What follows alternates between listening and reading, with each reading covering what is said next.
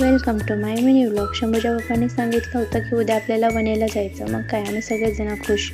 आम्ही निघालो दुसऱ्या दिवशी वणीला जाण्यासाठी। रस्त्यात नाश्ता वगैरे केला। आम्ही पूर्ण रस्त्यात व्हिडिओ काढला नाही, कारण गाडी चालू असताना खूप जास्त डोकं दुखतं, म्हणून आम्ही काही व्हिडिओ शूट केला नव्हता। नंतर आम्हाला घाट लागला, आम्ही तिथे थोडा व्हिडिओ शूट केला। त्यानंतर आम्ही रोपवेचं तिकीट काढायला गेलो, तिथे थोडासा व्हिडिओ घेतला। मग आम्ही रोपवेनी वरती गेलो। खूप सारी गर्दी होती देवाच्या दर्शनाला, पण आम्ही VIP पास काढला होता, म्हणून आम्ही VIP दर्शनाने फटाफट आमचं दर्शन झालं। देवी खूप सुंदर दिसत होती। तिने लाल कलरची साडी नेसली होती।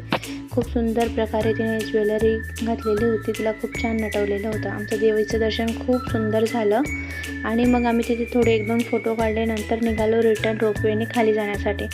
नंतर आम्ही रोपवेने खाली जातानाही तिथेही 1-2 फोटो शूट केले। मग आम्ही निघालो आमच्या घरी जाण्यासाठी। घरी जाताना मला रस्त्यात खूप सारे झाडं दिसलेत। मी दादूसला म्हटलं, दादूस हे काय आहे? दादूस म्हणे हे करवंदाची झाडे। मी म्हटलं ठीक आहे, थोडेसे काढून आणा। मग आम्ही तिथे करवंद खाल्ली आणि घरी आलो।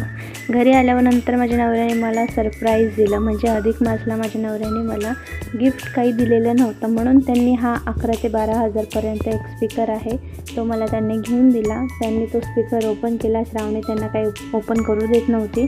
श्रावणी आजूबाजूला खेळत होती। मग स्पीकर ओपन केला, स्पीकर लावला।